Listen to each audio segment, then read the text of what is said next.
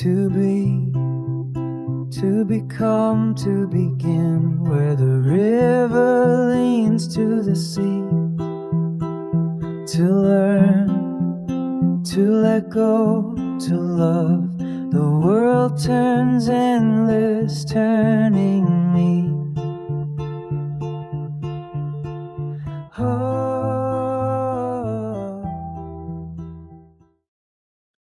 So we decided that we want to explore a little bit the power imbalance between game A and game B, especially at the threshold, once game B is big enough to be noticed by game A, and then to be perceived as some form of threat, or even worse, maybe lootable, because there's something that is to be looted inside of game B that's interesting to game A,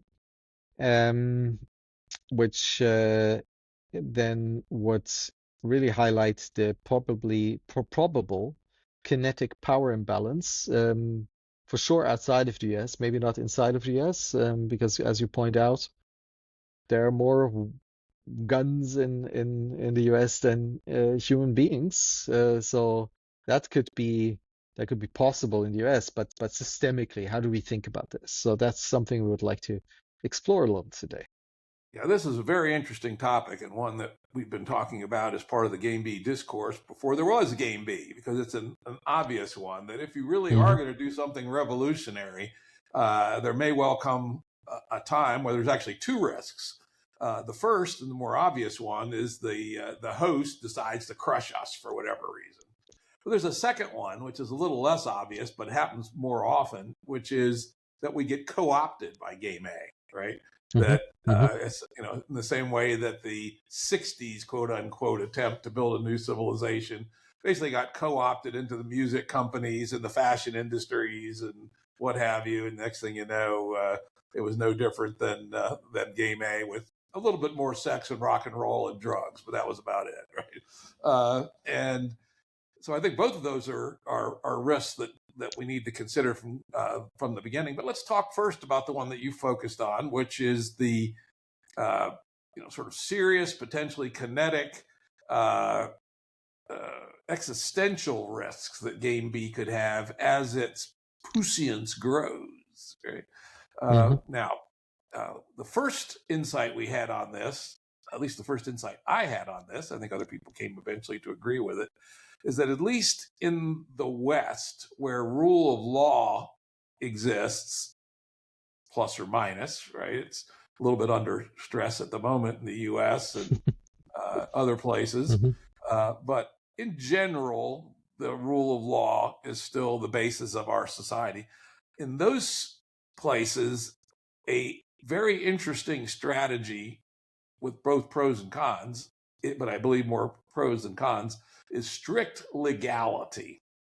Under rule of law, there are considerable defenses against expropriation, conquest, looting, etc. But, and this is what the 60s people forgot, the Black Panthers and the Yippies and all these guys, is once you start violating the law, you've given the authorities a stick to beat you with. And so if you commit to strict legality, you eliminate a number of the levers that the power of B can use to expropriate you, imprison you, kill you, whatever. But it does come at a cost. For instance, we know that certainly in the US, and I believe in Western Europe as well, there's lots of laws that get in the way of building Game B. Things like health department regulations. For instance, in most US states, it's illegal to build a community based on composting toilets rather than a sewage treatment plant. I mean, why is that? That's like nuts, but that's the law. And if you violate that law, you have just given the powers that be the right to shut you down, or at least make your life incredibly miserable. Now, the U.S. is relatively good in having liberal homeschooling laws. Easy to these days to get to homeschool your children. Friends of mine in Europe say much more difficult in Hmm. Europe, particularly France, but other places as well. That the amount of red tape you have to jump through is such that most people are never going to do it, and the opportunity to build schools in competition with the state schools is much less feasible. So one could violate the law and do it anyway. But again, that gives the authorities the right to come in and arrest the parents or take the kids and put them in foster care or something. I don't know what the consequences are. But so the commitment to strict legality does come at the cost of not being able to do early some things that we might otherwise want to do.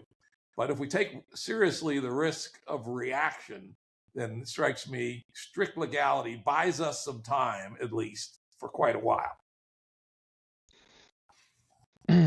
Okay, so strict legality, especially when we think about a physical community somewhere, already hits the often really tricky boundary of zoning and building code, right? As you know yourself. And some friends of ours have gone through that abandoned projects for that exact reason. But um, e- expanding what is possible in terms of constructing houses is definitely one of the core features, to me at least, of exploring new modalities, right, outside of the current system. So the constraints are pretty large, and I think the niches in which to really change something within the constraints of game A are far and few, right? So I'm not 100% convinced that it is even possible to build game B kind of structures within the legal constraints without breaking any laws in the current modality. Now, in the United States, probably more so than in, say, much of Western Europe, except perhaps Switzerland, uh, the states vary tremendously with regard to things like building codes and zonings. Mm. Just across the line from where my farm is in Virginia, which has very strict zoning and building codes. Over in parts of West Virginia, there's no zoning at all, and the building codes are remarkably commonsensical. So Mhm. you can put up a rammed earth house if you want. No one will say anything about it, right? And you can put 5 houses on land, and there's a minor amount of paperwork, but not any long zoning process. It's also true of some of the Western states and at least parts of the Western states. So one way to finesse it, at least in the U.S., is jurisdiction shopping. Find the places where you can do much more by right. I know they're probably not going to be close to big cities, so that's another trade-off, right? There's some Mhm. advantage to being within an hour of an international airport, for instance. But if you have the right to build rammed earth houses and use composting toilets and homeschool your kids, West Virginia is particularly good for homeschooling, it turns out, and Mhm. charter schools. And even better, West Virginia um, allows a new town to be formed with a relatively small number of people, a couple of hundred, I Mhm. believe it is. So again, you can get even more control of your local community. You get 200 people together, get yourself established as a town, and you have additional legal power. So I've long Mhm. counseled people interested in doing proto-Bs and other kinds of on-the-ground communities to spend a lot of time investigating the legal infrastructure in the areas that they're considering building. Because, as you say, we both know people who have spent significant amounts of money trying to do things. In one case, I told them flat out when they proposed the project, it's impossible. It'll never happen. And I was right. And they bought the property before they had thought through the hoops that they'd have to hop through. And eventually the project was abandoned. So that's a key Mhm. method of strict legality. Find out where what you can do is legal and do it there. Now, here's the next step, which is particularly in these rural areas, it does not take a lot of votes to be significant in elections. Uh, So, for instance, a county of say 5,000 people, if you have 200 people, and they all vote, it's probably 10% of the vote. 10% is enough to swing most local elections. So you get yourself something going, and you basically say, all right, we're going to talk to the people running for the county commission. And here's what we want, people. We don't really give a shit about most of the issues you care about. We don't care about them at all. The only one we care about is making the following change in the building code. If you'll commit to doing that, our whole community will vote for you, every single person. So there's a way to leverage democracy into modifying the operating system, modifying the legal operating system, even at fairly small numbers of people, if you're in areas with relatively low population density. So we think that's important. Then over time, as we talk about where it gets to the tipping point, which could be 5%, something like that. 5% of the United States would be 10 million voters, at least, right? 10 million voters would swing any presidential election these days. So again, they're fortunately, at least as long as the rule of law and democracy hold, not a guarantee by any means, but as long as it does, as we get closer to the tipping point, our ability to demand legislation favorable to us increases.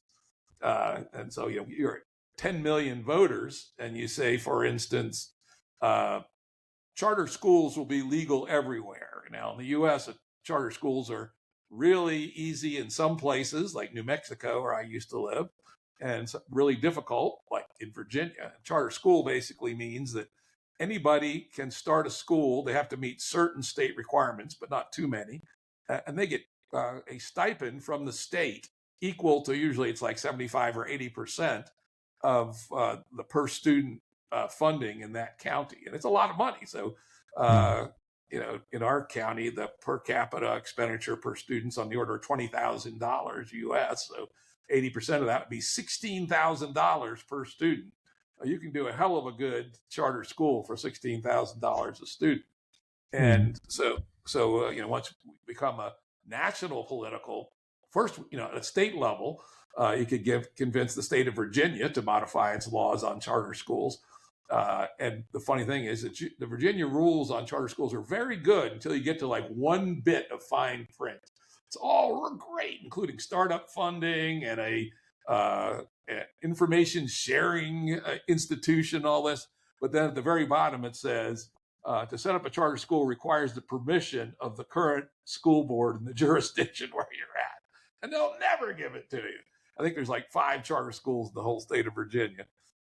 While in New Mexico, you have the right to establish a charter school, and it only has to be approved by a board of academics at the University of New Mexico. They don't have a vested interest. In fact, they mostly like charter schools. And so almost all reasonable charter schools get approved. There's hundreds of them in New Mexico, which is a much smaller state in population than Virginia. So politics becomes one of the next counters. Once you get big enough to worry about, you're also big enough to influence the game itself. Okay. Big enough in that sense implies that there's strong federation between the many little islands, right? So the proto-bees by definition aren't very large in and of themselves, so they need to have a very, very strong cohesive power between them, which then opens up yet a fully new attack vector, because and which can be hijacked internally by some dark triads individuals potentially, so that there needs to be countermeasure against that, but can also be attacked from the outside, both in terms of like legal, kinetic, but also infrastructure, right? If the infrastructure for that federation, for that organization between proto-bees goes away, and that capacity goes away. So how do you think about that? Well, I would, in terms of structure, I would imagine there being meta membranes, right? The idea of membrionics is that there's stacked membranes, there's interpenetrating membranes. Many people will be a member of 5 or 6 or 10 different membranes, but there could also be a coordination membranes that most membranes are members of. That could be the political membranes, and it may probably at multiple levels. Your local region, your county, Mm-hmm. your state, and national, and that there would be a mechanism to reach agreement on what it is we want to accomplish in the political realm. And one of the things I have strongly counseled about Game B from the beginning is Game B should not get into the usual political partisan fights. Don't be identified with Team Red or Team Blue. In fact, we've been remarkably successful at that. We have people from both Team Red and Team Blue, and one of our rules is at Game B events or online venues, no discussion of Game A politics. Thank you very much, right? Because that's nothing but divisive. And let those people work out their stuff. If we're going to take political stands, it's going to be about things which we believe to be beneficial for the Game B project. So I think that's quite important. So anyway, so first imagine that there exist high-level, medium, and higher-level membranes, which through some governance process, maybe liquid democracy, maybe something else, these membranes come to a conclusion on what our political stance is. And we ask as part of the accords, that would be a downwardly inheritable accord, that members of the subsidiary membranes commit to vote for the slate recommended by the political membrane. So this is a way to coordinate power, to concentrate power from many small communities into a coordinating mechanism at a high level, which goes through quite a long deliberative process. I would imagine may even require the equivalent of referenda down to the primary membranes, and then back up to take a strong nationwide political position, such as, for instance, making charter schools by right, essentially. That might well take a year or two to work out whether that's the right thing to do and what exactly should the language be, et cetera. With respect to the infrastructure, fortunately, it's getting harder and harder to fuck up coordination infrastructure. So long as the internet exists, there's a means to communicate. Of course, we know places like Iran will periodically shut down the internet, but then we have things like Starlink, which can get around the choking of the physical routers, and I've talked about this with folks before. We could even build completely parallel communication structures that use things like shortwave radio, for instance. Low bandwidth, but if we really needed to coordinate, certainly it's at least as good as the letters on horseback that the American Revolution was organized with. That's literally how committees of correspondence. People wrote letters to each other, and the letters were carried on horseback across the country. And they were able to defeat the world's strongest empire. So I imagine shortwave radio that could send data would be enough, if need be, to coordinate across the community. Now, it actually exists. There are open source projects that can use basically any data delivery methods to hook into a broader network, so that you can use short, long, or whatever waves you have in order to bridge. So that's already there and open source. So that just needs to be used. It needs to be built probably on a standby basis, ready to go and tested regularly. That if someone were to crunch the internet, how would we operate? And it should be a regular part of thinking through the infrastructure for the new civilization. And maybe even as a last resort, on foot communication, right? If things really get bad, that there's a already designed method for circulating governance materials amongst the entities, if we do it on foot or on horseback, right? Again, it was done before on foot and on horseback, so we have various fallback strategies. So what do you think of when you say when things get bad? And I think there's two ways things get bad, and and it's important to distinguish between the two. One, if we think about the fifth attractor hypothesis, that one of the attractors is chaos, where systems fall apart, in which case the risks are principally local, right? That your community is going to be attacked by its neighbors or by criminal gangs, or after some period of time, warlords.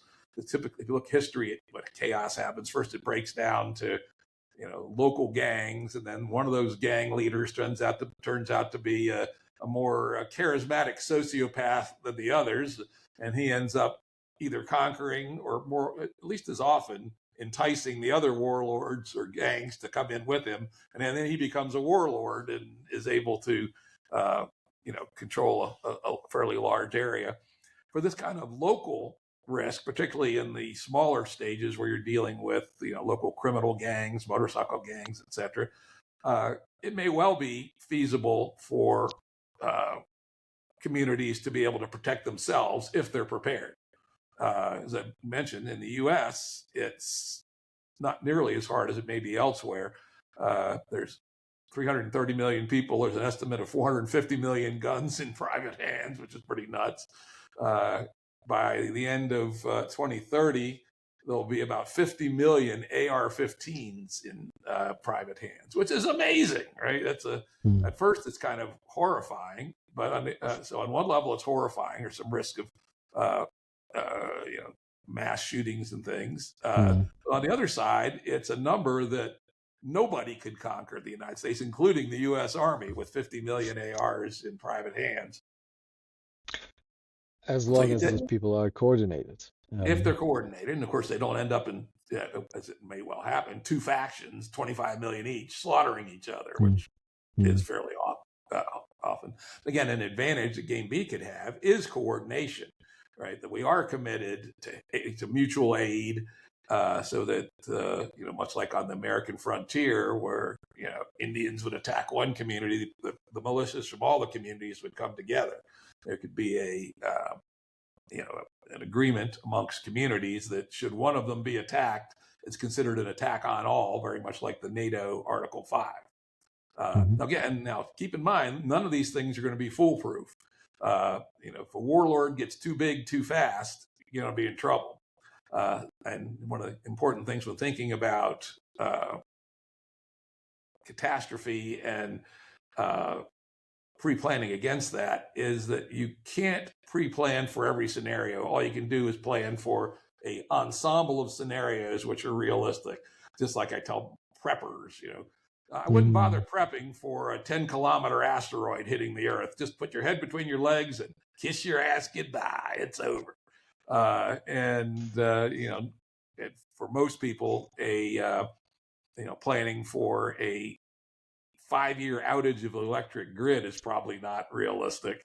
So on the other hand, planning for a 90-day outage of the electric grid is probably a good idea, and is some work and some expense, but is doable by that's particularly a community that could get itself ready to exist without the grid for 9 months or for a few months. Though probably not for 10 years, so maybe for 10 years with enough good thinking about heliocentric civilization. Yeah.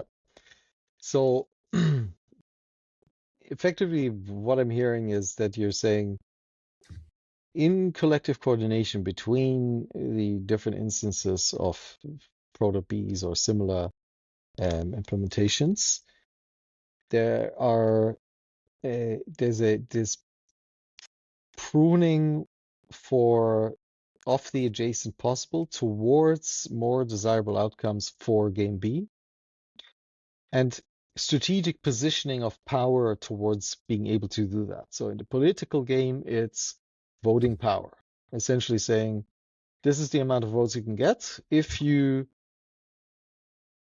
move the adjacent possible in the political game towards this end. What other forms of power? So there's potential for kinetic power, right? Just having enough AK-47s, plus the coordination layer. and the political power, and obviously also material power and economic power. How do you think about these two at scale? Well, let me add one more, and I think it may be the most Mm, important of all, which is okay. cultural power. Mm, Uh, once Game B gets to some modest scale, let's say 0.3%, say 1 million people in the United States, uh, and we're doing a good job, we will have tremendous cultural power. People will know about mm, what we're doing. They'll be trying to understand what we're doing. People will come visit mm, to mm, Airbnbs. They'll participate in community activities. They'll interact with missionaries from the monastery, mm, etc. And if we're lucky and we do a good job, and we're not counter programmed too successfully, the general perception in society, even people who are not engaged with Game B, is that Game B is a good thing, that these are people trying to save humanity from itself. They're surprisingly unself-serving. They're not corrupt. They operate under radical transparency. And so why would we allow our powers that be to try to suppress them? mhm. In some ways, a cultural win could be more powerful and happen more quickly than some of the other ones we talked about. We could certainly get to cultural salience long before we got the political salience, for instance. Okay. So, and let's quickly touch on the material and also on the purely economic, because as we established in a couple of conversations ago, we need roughly an influx of 3 billion per year for the US for the scenario of building enough proto Bs to get to that point in the US. Um, so those two present other attack vectors. And then let's talk about the potential attack vectors on the cultural, on the economic, on the material, etc. Let's go through them all quickly, and then Yeah, see let's start how with the we can cultural one because harden. that's at the Yeah, tip of my mind at the moment. yeah, What yeah. are the attack? Of course, every culture is nothing but uh, you know, essentially mimetic competition. So Mm-hmm. presumably, just as the hippies were laughed at and categorized as bad citizens, no doubt there will be counter programming against Game B. It's elitist or it's this or it's that, and so we'll have to engage in mimetic warfare like any idea does. Okay. So now the issue that comes up with any kind of preparation for warfare is that it is practically impossible to create peace with war, right? So peace is created from peace and not from war, essentially. And so if we are adopting the language and the methods of warfare inside, that energy needs to be bound really, really well in order not to open pathways of self-hijack from the inside. How do you think about those? Yeah, I think Both on the that's cultural and the kinetic, all of them. yeah, that's unfortunately, this is where we get into complicated game theory, right? Mm, And the multipolar trap. All humanity would be better off if there were no war. If we could go like mm, this and warfare disappeared, humanity would be tremendously better off. mhm, But that's an exceedingly difficult place to get to, uh, in one step. Particularly when part of the world is still going to be armed and still ready to, use dominator power to inflict its will upon others. Extraordinarily difficult problem, which I don't have the answer to, but someone's going to have to figure out at some point. Because if we don't get rid of war, it's going to eventually kill us all, mm, in one form or another. Um, so there, again, part of it you touched on it briefly, or maybe I did. We talked about it previously, which is one of the areas we've identified that Game B has to do a much better job of is keeping the dark triad personalities away from the levers of power. mhm, You look at somebody like Putin, who has inflicted all this pain on millions of people. Probably hundreds of thousands of Russians have died already, and same number or similar number of Ukrainians. And because there's a demonic person essentially was given the levers of power more or less by accident by a drunk Yeltsin, and a healthy social operating system. One of its prime directives would be keeping dark triad personality types away from the levers of power. Of course, it will also be a key part of the governance system that absolute power by any one person or even a small group of people would be something that the immune system of the culture and the governance mechanism would work against. And I would say those same rules need to obviously be applied to our own membranes so that we don't have dark triad types at the level of power, and that power be role-based rather than position-based, and rotate and be subject to continual audit by a radical transparency. So I think we can apply our same remedies that we support for the wider world to our own entities, and at least substantially increase the probabilities of not becoming captured by just the kind of forces that we're trying to defeat. Mm-hmm. But it's always a struggle, right? None of these things is there a permanent solution to. It's constant vigilance. Constant vigilance, and about, I don't know, 25 years ago or something, I had a conversation with a very successful music producer.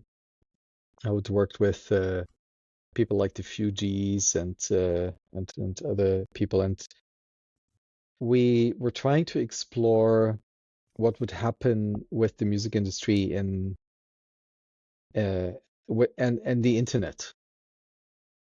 And at that time, it was already obvious that the distribution of recorded audio would be dramatically altered. And the question was, what's going to happen to the relationship between the audience and the star? And my position was that we might see more localized stars emerge, right? People who are actually bound to their community, and you could experience their process, their actual live music much more easily on a local level. Now, this guy's position was that humans want kings. Humans want stars. Humans want people to look up to and to reference towards as a whole society. And they want to be in some form of relation towards this single figurehead. If that is true, that makes the binding of Dark Triad extremely difficult, because it is really, really hard to bring Light Triad people into those singular star-like positions without them then ultimately turning out to be Dark Triad as well, right? I don't think that's what we usually apply here in this conversation, that power corrupts. I think power amplifies, but the people that we should be amplifying are extremely rare. And it's unclear whether we can cultivate the kind of people that should be amplified through power rapidly enough and also bind mistakes in that, which is crucial. So what comes up for you when you hear that? Well, my initial reaction to your producer friend is what he says is true for the Dominator operating system, which has existed for maybe 10,000 years, but does not appear to be a aspect of human nature. We know that for most of human existence, we operated in a radically egalitarian context, the famous Chris Boehm Forager operating system. where we relentlessly attacked anyone who tried to establish themselves as the king or the person to be looked up to. That was the whole point of the Forger operating system, was to prevent domination of the regular people by these kinds of folks. And apparently it worked for 290,000 years. And now, of course, if we look back phylogenetically, we are related fairly closely to chimps, who are vicious, hierarchical, alpha male runs the place kinds of folks. But we're probably equally related to bonobos, who also have a hierarchy, but a very different one, female oriented, coalition oriented, etc. So we're living probably in some tension between the two. And so I would suggest that your producer buddy has fully internalized game A logic. And while it may be true within the context of game A, I do not believe it's true within the space of ways humans can live. Okay. I agree. It's my experience as well. And at the same time, since game A is, and the dominator logic is the dominant system at this point in time, the question remains, is it possible in time to cultivate sufficient amounts of people that are like triads in order to pull this off? And I don't know. We'll try. One step up here. This is something I've become very interested in the last 6 months. A lot of it in starting with conversations with Brendan Graham Dempsey. And that is that we talk about culture and then politics. Now come around to the view that worldview sits above culture, and that what do we think it's about to be a human? Right, that's what I think of as worldview. What is it we think that we're doing in the world? What game are we playing? Who are we? What is an individual or a dividual, as some people call them? And those may be the only effective attack against people like your producer buddy, who are so heavily enculturated in game A that they can't even imagine that there's an alternative. So coming up with a viral worldview which undoes the foundations of game A, that would be the mimetic move to think about how to do. How to do it? No, I don't know. I'm not a great pop culture mimeticist, but that would certainly be a very worthy thing if somebody could figure out, a group of people could figure out what that might look like. Because you're right, game A has a shitload of inertia and the ability for, we talked about earlier, the culture war, which might be earlier to flip than the political war. It's going to be difficult to flip the culture war so long as the cultural assumptions are purely game A. And so we need either I don't know exactly what we need, but some paths could be, the what we're working on, which is laying out what a game B culture might look like, so people can compare the two and see which one they like better. But perhaps even faster road is a game B worldview that, when adopted, leads one to the game B culture. I know that's kind of highfalutin, and I'm not sure at all how to do it, but I'm going to lay it out there. So I would begin with saying that worldview is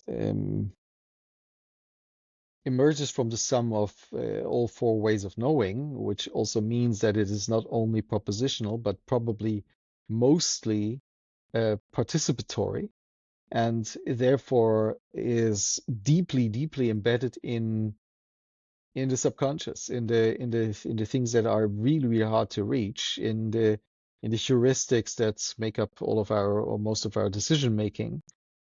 So it is for most people out of reach, and surely not hackable by mind viruses, at least not quickly or just superficially. But it is more a deep rewriting of one's own operating system at the core level, right? The kernel. That's where the new worldview emerges, and that's hard work, really, really hard work, really, really painful work, and it takes a year or two at least.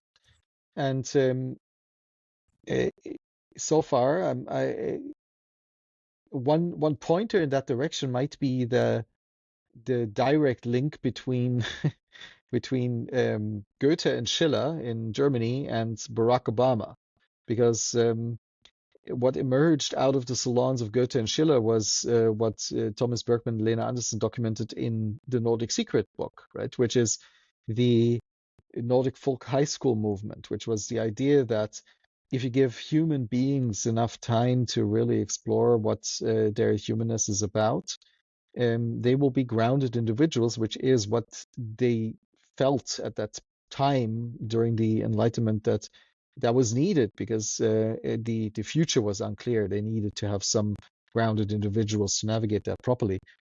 And both Martin Luther King and Rosa Parks were part of the two Nordic Folk High School instantiations in the US. So that's why I draw that link all the way to Barack Obama. But the creating these situations in which human beings have a truly safe space to find true grounding in whatever is truest for them in their own personal experience seems to almost all the time unfold something that's very coherent, very similar in all of us. But at the same time, we don't have these kinds of spaces that allow for that to happen. And this is, of course, why I've long said that things won't happen rapidly until we have instantiations on the ground that people can experience.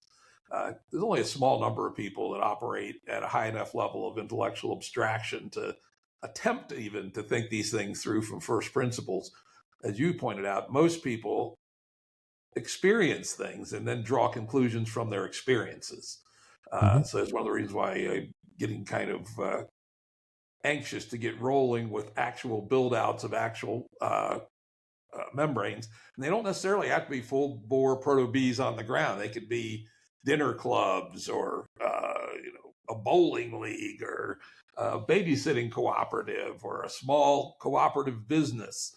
But provide way for as many people as possible to actually experience the different way of doing it, and then they'll induce from that the principles rather than the other way around. Because it's essentially creating a safe space for an experiment. Yeah. In the best possible way, this is an experiment at a communal level, but it could also be an individual level, like going to a Nordic folk high school, which is possible. But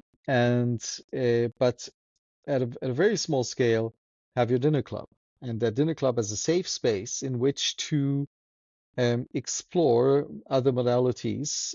But the safe space is the important anchor here. And we talked about that when we talked about the personal institutional spiral. Yeah, Right? and then To create these. and whether formal or informal, that each safe space has a set of accords, which is something we've all agreed to. This is how we're going to operate in this container. And having that discussion itself, I think, will be liberating to people, because one of the diagnoses myself and others have made about game A is it feels like it's just everything is just handed to you. This is your role. You're a producer. You're a consumer. You are a voter, etc. One of the beauties of the accord concept with respect to the perimeter is the membrane is that we are self-creating our operating system, and so that we own it, right? Which is both a scary thing sometimes, but also very empowering, as opposed to running through life feeling like every role that you play is just handed to you by somebody else. And I believe that once people experience that, building their own operating system, they're going to really like it. Of course, there'll be lots of ugly fights too, as we all know. Humans trying to govern each other is lots of conflict. But once, if we can find mechanisms that people can come into coherence, people are going to find that quite amazing. Why do you think it's necessary that there will be fights? Because I have sufficient experience in my life that tells me the opposite. That That would be great if if you I've, bring I bring guess I've, together the right people, like you know that I practice the no asshole rule, and I've been practicing that for about 15 years now, which makes it almost impossible to get into a fight. um, because you're even if you don't agree, you always have a way to resolve things. yeah, of course, that's an operating system. That's a governance modality. How to resolve things when you disagree. Hmm. Gregory Bateson has established a concept called schismogenesis, Hmm. which is not well known, but I wish more people knew about it. In fact, I'm going to write a Substack about it this week. I should do that, which is that even relatively small differences can tend to divide a group into two. There seems to Hmm. be, unfortunately, something about human nature that people like to divide on single or a small number of issues. And I even go back to the early Game B days where we basically fissioned over institutions first or personal change first. And we had no real mechanism to realize the obvious answer, both together. And so there was an example of good-hearted people, smart people, who nonetheless could not find their way to the solution. I would say Hmm. none of them were assholes, or at least no more asshole-ish than you would expect. Um, okay, so it's that requires the ability to let go of your own position as the dominating position, right? That you allow multiple positions to coexist at the same time, and then create a dance between them that creates more than the sum of its parts, which usually is the case, and which usually can only be experienced. That this is the case. But we probably did a bad job in the early Game B case, not thinking about governance anywhere near enough and how to live with and benefit from internal differences of perspective. Hmm. Because we don't want to have a monoculture per se, and difference is useful. Of course, I mean that's kind of excusable at that point because you're still finding a way out of game A at that point, right? Which is how many years ago? That was 2013, so that would have been Yeah. 12 years ago. Mm.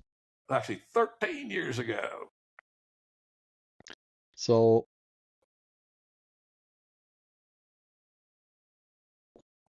mm, what would have been some mechanisms to prevent schismogenesis in that early phase of game B from your perspective today? How would you have gone about it differently? I think we should If have you if you named. if you if you imagine the same people, right? Yeah, The same dynamics, how would you do it? yeah. Thinking back on it, the biggest mistake we made was not naming it and bringing it forward. It was a thing Mm. that it was basically, you know, down in the weeds, even though people were going in different directions and were starting to get angry with each other, particularly around resource allocations and things of that ilk. But I don't think we ever actually named it, or at least not until very late in the day when it was too late. Uh, so a person who is very skilled, or multiple people who are very skilled at understanding group dynamics, who have a role of calling out these kinds of things as early as possible, I think it would have helped. Because these were smart, good Hmm. hearted people committed to the mission. And if we'd said, all right, we've detected that there's a growing potential for schismogenesis around this issue. Let's put it on the table and let's really talk it through. And is it an appropriate thing for schismogenesis? Because sometimes schismogenesis is the right answer. But in this case, I don't believe it would have been. And what are we pointing at when we take these two positions? Are they irreconcilable or are they reconcilable? And start with the assumption that they're reconcilable. How would we reconcile them? And so identifying this, the schismogenesis fault line early, put it on the table, and in good faith, rule omega, walk it through and really see if we can understand what's going on. So early identification is crucial and is extremely hard. Yep. Right? On the personal, but even more so usually on the collective. Years ago, I started adding in important conversations. I started adding independent observers to the conversation to do that, right? To see what we're not seeing as we're part of the conversation. And then just recently, when I for the first time read the Stranger in a Strange Land book, there is a role in that world as well that does that kind of thing. They're The fair neutral. witness. Yeah, the fair witness. The fair witness. Okay, so a guild of fair witnesses. Generally, I mean, just beyond this conversation, just beyond game B or game A, just a guild of fair witnesses that are neutral, independent observers, like described in that book, that can give an account that then can surface these kinds of things, right? Differences, unnoticed things that could be extremely helpful. Yeah, I take your point. I think back to my own business career. I haven't really thought of it in those terms, but I think it was true. I had a guy who was my strategist for years, 10 years, 11 years. And one of his jobs was to attend important meetings and not say anything. Mm-hmm. And he would then give me his readout of what he had seen, right? Because I'm right in the middle of this. That's just my style, right? And other people, similarly, they're going fast and loose, and or I'm presenting something like, say, going out and raise money. That would be a fairly frequent thing, and I'd be giving my pitch. People would be asking me questions. I'd be giving my answers, but I was fully engaged in that gamesmanship. And having somebody sit back and say, okay, this was what was actually going on, extremely valuable. Fair witness, interesting. There's actually another value of fair witnesses that I've contemplated recently, and that is the attestation to the reality of media artifacts. One of the huge problems we have now is that it's so easy and so inexpensive to build deep fakes, right? That can say absolutely anything, and it's taken a lot longer than people thought to be significant, but it's significant now. And having a guild of fair witnesses witness the video taking of, thus and such, and certify that this indeed did happen at this location at this time, and by the way, I'm available to testify to that effect. Could be valuable too. But let's get a little bit astray from what you're saying, which is that having let's call it a guild of neutral observers in itself could be hugely valuable. Yeah, and the UN has instantiated some of that for itself, but those people get attacked really violently by the system itself, right? Because the system doesn't always want them to be neutral. So they need strong protection, maybe even stronger than journalists, which is, by the way, originally intended to be that function for society. And is also not resistant to hijack. And of course, so there needs to be strong error correction. Journalism comes from a history of being advocates for point of view, right? It was only very late in the day that we thought of journalists as supposedly trying to be neutral. In fact, we know, though, that they're not in very many cases. But for the longest time, newspapers were very partisan, and publishers published pamphlets about their points of view. And, so it was the journalism field was, historically came from partisan and argumentative perspectives. I think there's a nuance between journalism and reporter, right? So if you're a reporter, you're closer to the observer. And one could say that this is an important, valuable thing, like you say, in the current situation for sure, as we cannot trust media. But I think in about 5 years, we would have trouble trusting any virtual conversation, whether it is with video or without, that there's a human being on the other end. So building real relationship right now, if you are interested in global conversation beyond your physical space, now's the time to do that, because in about 5 years you won't know who you're talking to, whether it's a machine or a human. Or at least it'll be more and more difficult. We'll probably, again, there could be things like fair witnesses that could augment that, but they'll be expensive. Correct. To say Correct. fair witness sitting in the chair behind me and one sitting on the chair behind you, that could easily cost $200 an hour, which we could use for very important things, but we aren't going to be able to use for our routine conversations. But these are interesting things that will come up for sure. Yeah, they are coming up already, right? Mm-hmm. I have a few little secret codes I use that people know it's really me, for instance. Mm-hmm.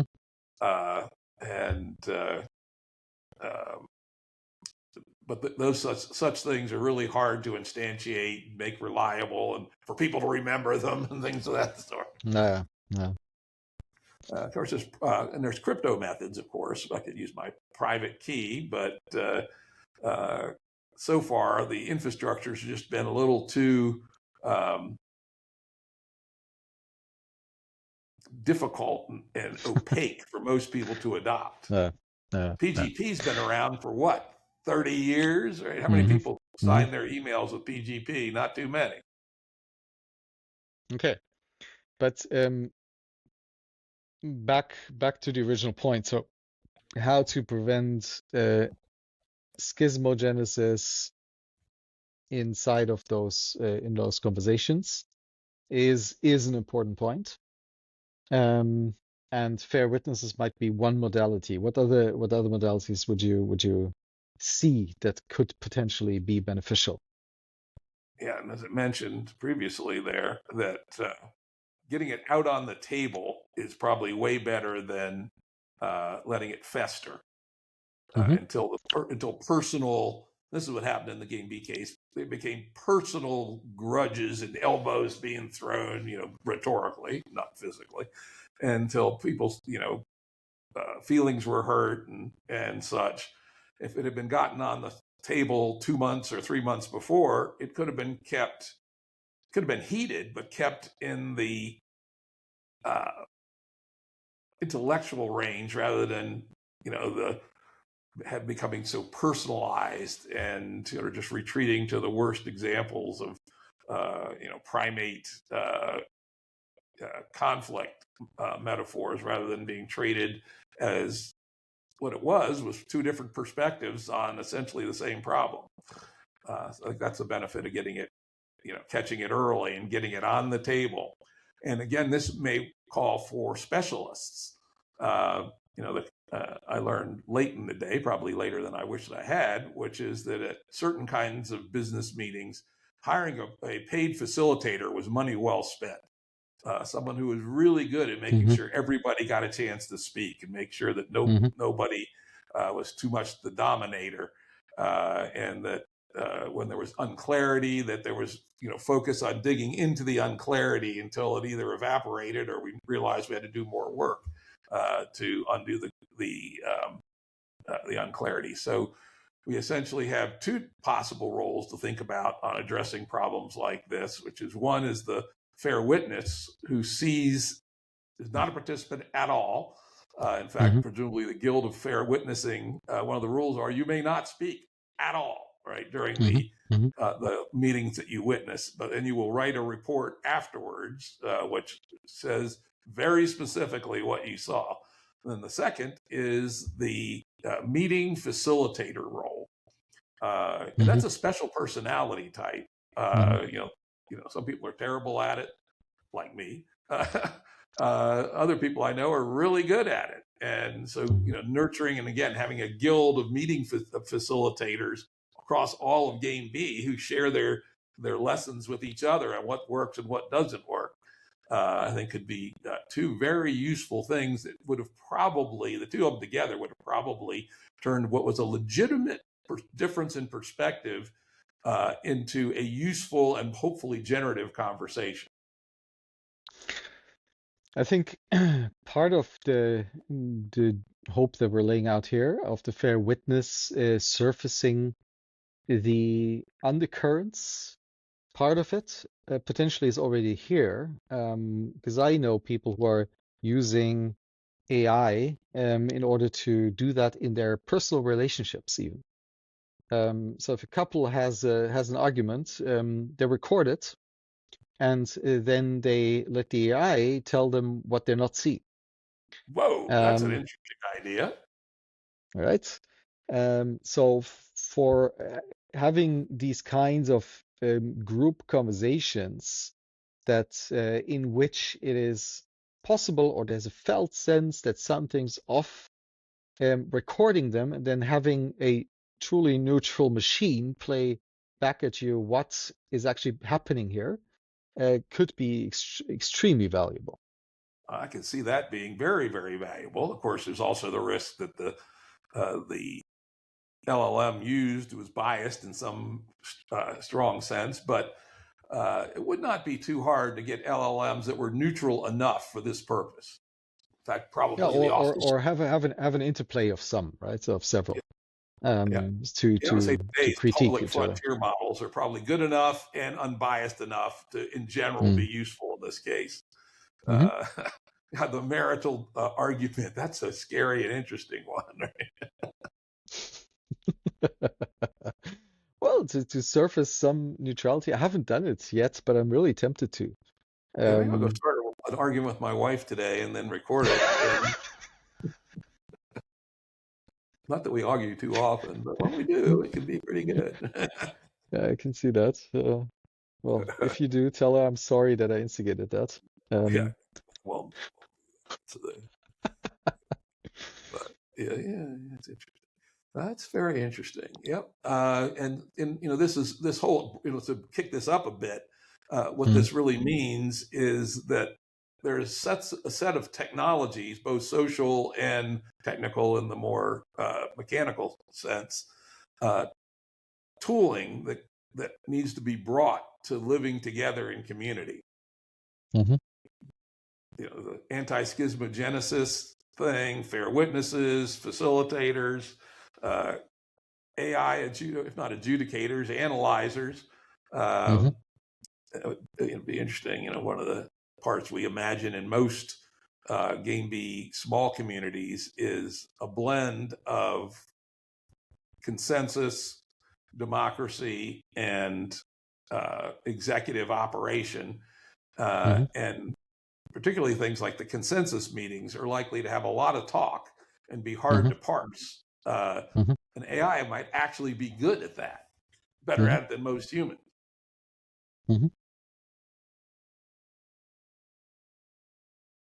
Yeah, it should be part of the stack, and then the stack ultimately needs to be owned by the commons for it not to be hijackable by any biases, and that subject also to radical transparency. So anyone that wants to understand it can. If they want to run tests against it, they can. Exactly, and that requires funding, and then we're at this other point of the economic machinery, right? Until this is viable, sufficiently viable, there's some startup cost that somehow needs to be carried, and the question of how to think about funding that in a way that it won't compromise the fabric of what's being built. Like the hijacking of the hippie culture into the music industry, etc. It could be an example of this, right? So, Why don't we save how's this that for done? let's save this for our next call because we got like 15 minutes left, and this is a Yeah, conversation that we could easily we do. spend a full call on. So let's kick this Okay, to the next conversation. we do. This is right in the middle of some of my thinking right now, so it'd be very timely. Nice. And it's also, I continue to have Yeah. conversations with people on why these things have failed in the past. And a very good conversation with Rufus Pollock from Life Itself last Did week. you? I spoke with him like 2 hours ago. Interesting. Well, anyway, his podcast will be out on Wednesday, I think it is. And Nice. it was a Okay. wonderful conversation. Yeah, he's a cool guy. And he's attempted to build some communities too. And so I asked him, all right, what are the failure modes? He says, money is often a failure mode, insufficiently capitalized, which of course I've known particularly. That's always been one of my big bugbears about startup companies. You got to have enough capital to get across the valley of death, right? Most Game B adjacent things are undercapitalized. But he said, actually, in his experience, while that's a big one, the inability to manage the group itself is actually bigger. Mm-hmm. And that things like the schismogenesis we talked about are what actually broke up at least as many attempts as funding. So I think that's actually an interesting data point. You got to solve both, right? That's interesting. I'll pick that up with him. Yeah. Nice, because actually, let me throw a crazy analog here to you. Yeah, please. Which is the Fermi paradox. Why don't we see aliens out there if there are actually lots of them out there that are at a technological level? And Robin Hanson came up with the concept of the great filter, that there's some filter that massively reduces the number of technological civilizations in the galaxy. And he talks about filters prior to now. For instance, maybe life is really hard to get going, or maybe animal life is very hard to get going, or maybe neurons are very hard to evolve. And then the other ones he calls the great filters past us, which is maybe every civilization like ours invents nuclear weapons and destroys itself, or gets taken over by its AIs, etc. So let's imagine using that concept of the great filter to alternative social operating systems. Why do they fail? Do they fail for reasons before them, say insufficient funding or bad selection of people, etc., or do they fail for reasons past them, inability to deal with schismogenesis, inability to reach viability in terms of membrane flows between A and B, etc. I'm gonna give some thought to that. Recasting Fermi paradox, great filter around alternative social operating systems. Okay, we have 2 topics for the next 2 sessions: the money and the filter. Great filter.